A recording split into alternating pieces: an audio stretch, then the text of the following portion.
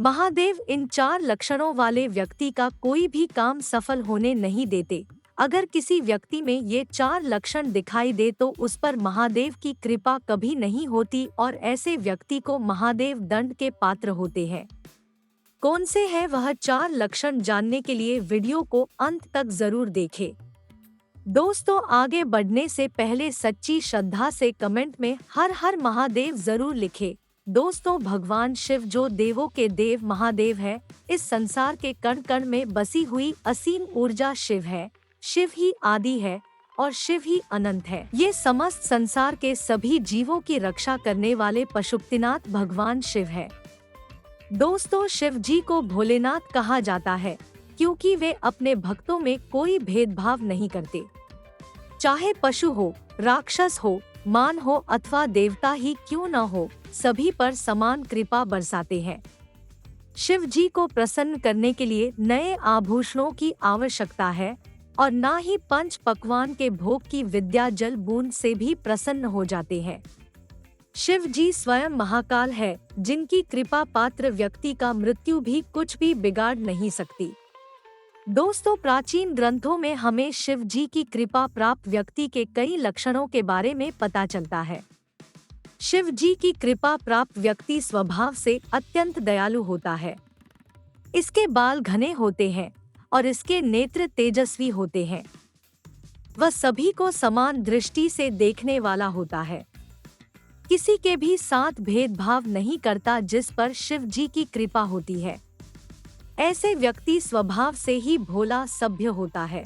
जब दूसरों की मदद करने की बात आती है तो ऐसा व्यक्ति स्वयं का काम छोड़कर दूसरों का काम करता है। ऐसे लोग सुबह से थोड़े क्रोधी होते हैं, परंतु क्रोध करने के पश्चात दुखी भी हो जाते हैं। जिस तरह भगवान शिव जी को क्रोध आता है, उसी तीव्रता से इन लोगों को भी क्रोध आता है और उतनी ही जल्दी शांत हो जाता है। ऐसे लोग क्रोध में दूसरों से ज्यादा स्वयं को ही कष्ट देने वाले होते हैं। इन्हें क्रोध करना अच्छा नहीं लगता, लेकिन स्वभाव को बदला नहीं जा सकता। महादेव की कृपा प्राप्त व्यक्ति परोपकार में यकीन रखता है, बदले में कुछ मिले इसकी अपेक्षा नहीं रखता। बलवान होने के बावजूद भी उस पर गर्व नहीं करता और कमजोरों पर अत्याचार नहीं करता। ऐसे व्यक्ति को अपनी संपत्ति पर घमंड नहीं होता। अत्यंत धन संपदा होने के बावजूद भी ये साधारण जीवन जीना पसंद करते हैं। इनके जीवन में अनुशासन की कमी होती है, लेकिन जो भी काम करते हैं पूरी लगन से करते हैं। तो दोस्तों, ये थे कुछ लक्ष्य जो महादेव की कृपा प्राप्त व्यक्ति में होते हैं। आज मैं आपको 4 ऐसे लक्षणों के बारे में बताएंगे जिससे पता चलता है कि व्यक्ति पर शिव जी नाराज है और ऐसा व्यक्ति सुख पाकर भी हमेशा दुखी रहते हैं और इसे जीवन में कभी शांति नहीं मिलती और अंत में दुखी भोगता है। तो आइए दोस्तों जान लेते हैं, लेकिन इससे पहले दोस्तों, अगर आपने हमारे चैनल को सब्सक्राइब नहीं किया है तो इसे सब्सक्राइब कर लीजिए। साथ ही दूसरे वीडियो को लाइक कर दीजिए, क्योंकि बाद में भूल जाएंगे। पहला लक्षण पशुओं से द्वेष करना। दूसरा, अगर कोई व्यक्ति पशु से अत्यंत द्वेष करता है और सदैव उन्हें कष्ट पहुंचाने का काम करता है, ऐसे व्यक्ति शिव कृपा प्राप्त नहीं कर सकता। ऐसे लोग अत्यंत वरिष्ठ स्वभाव वाले और हिंसा प्रिय होते हैं। ऐसे व्यक्ति के मन में किसी के लिए दया नहीं होती। ये अपनों के लिए भी कष्टदायक होते हैं। ये अपने जीवन में कई पशु की हत्या करते हैं और भविष्य में इन्हें इनके कर्मों का दंड अवश्य मिलता है। दूसरा लक्षण लालच, जो कि अत्यंत लालची हो, पैसे को लेकर किसी के भी साथ धोखेबाजी करता हो, वह व्यक्ति शिव जी की कृपा से सदैव वंचित रहता है। भगवान शिव जो स्वयं वैरागी है, उनके भक्त भला कैसे लालची हो सकते हैं। अगर कोई व्यक्ति अत्यंत लालची स्वभाव वाला हो और सदैव अन्याय से धन कमाता हो तो ऐसा व्यक्ति शिव जी के दंड के पात्र होता है।